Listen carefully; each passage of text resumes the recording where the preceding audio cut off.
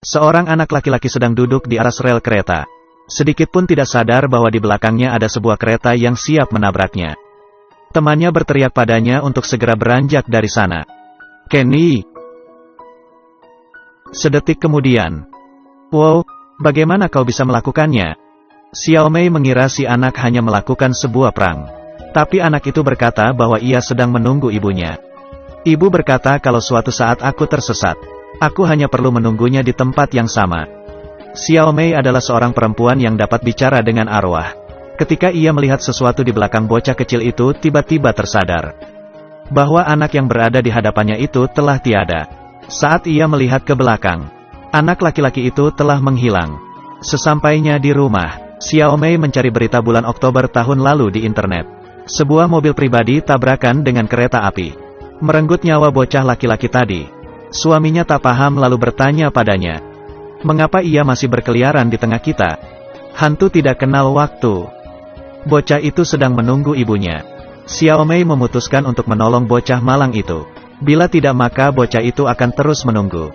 Hari kedua, Xiaomei kembali ke pinggiran rel kereta. Bocah kecil itu masih belum beranjak. Apakah kamu masih ingat denganku?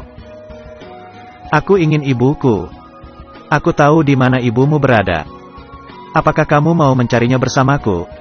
Tapi ia berkata kalau aku tersesat, aku harus menunggu di tempat yang sama. Tapi ibumu tidak tahu harus mencarimu kemana. Mungkin, kamulah yang harus mencarinya. Baiklah. Anak itu rupanya tertarik dengan gantungan laba-laba yang ada di mobil Xiaomei. Karena di mobil ibunya juga ada. Tapi ketika ia ingin mengambilnya, ibunya marah. Segera mereka tiba di tempat kerja ibunya. Setelah bertanya sana-sini, ternyata ibunya pergi ke pengadilan, tidak masuk kantor. Sesampainya di depan pengadilan, Xiaomei melihat ibu si bocah itu sedang menangis pilu. Tapi bocah laki-laki itu mengira ibunya masih marah padanya. Xiaomei ingin sekali meluruskan kesalahpahaman ini. Ia pun membawa si bocah kecil ke toko barang antiknya, meminta bantuan kakaknya untuk merawat si bocah. Sebab bocah itu tidak tahu bahwa ia telah meninggal. Ketika tidak ada yang membantu untuk memenuhi keinginannya, maka jiwanya akan tersiksa selamanya. Sang kakak mencoba menyapa bocah laki-laki itu, tidak tahu bahwa dirinya salah memalingkan pandangan. Bocah itu merasa si kakak adalah orang yang aneh.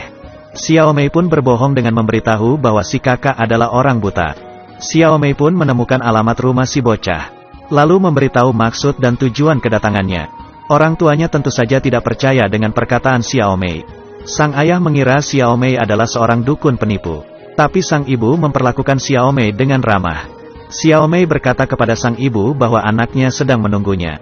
Putranya bahkan tidak tahu bahwa dirinya telah tiada.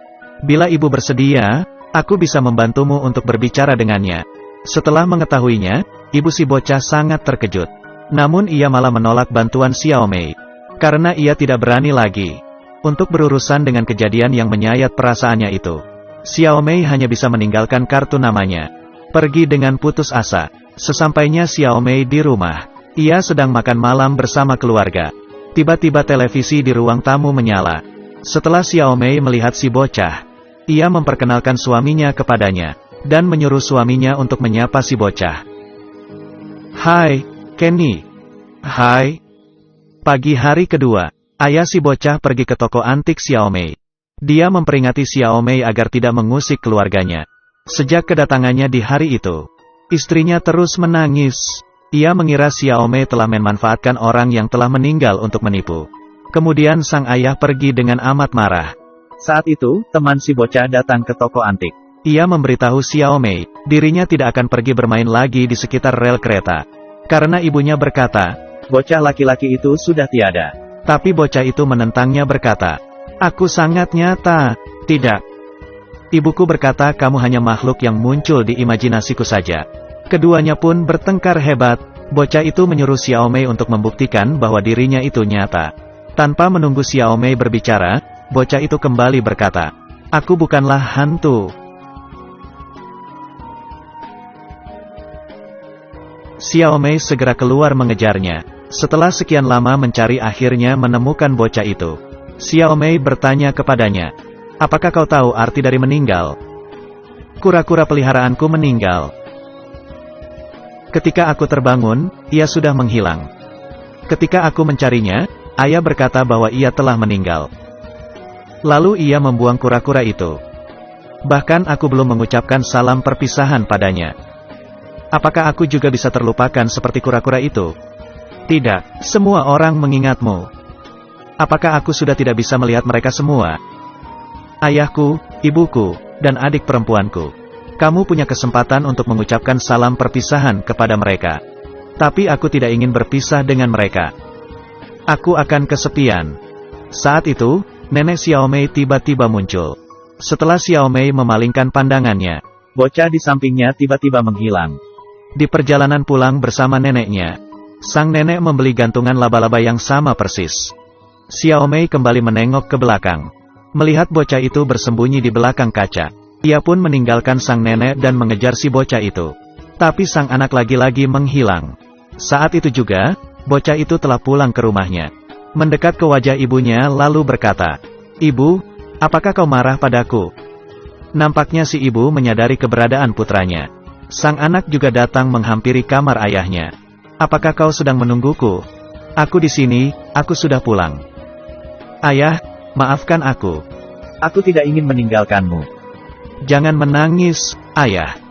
Ia menjulurkan tangan seakan-akan ingin menghibur ayahnya. Tapi diam-diam sang ayah mengeluarkan sebuah pistol. Sedangkan Xiaomei dan sang kakak saat itu tengah mencari keberadaan si bocah. Dia menerima telepon dari ibu si bocah. Baru saja tiba di rumah si anak.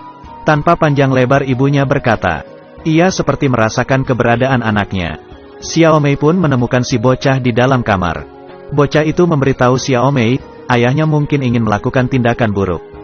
Namun ibu si bocah berkata, suaminya telah pergi 10 menit lalu.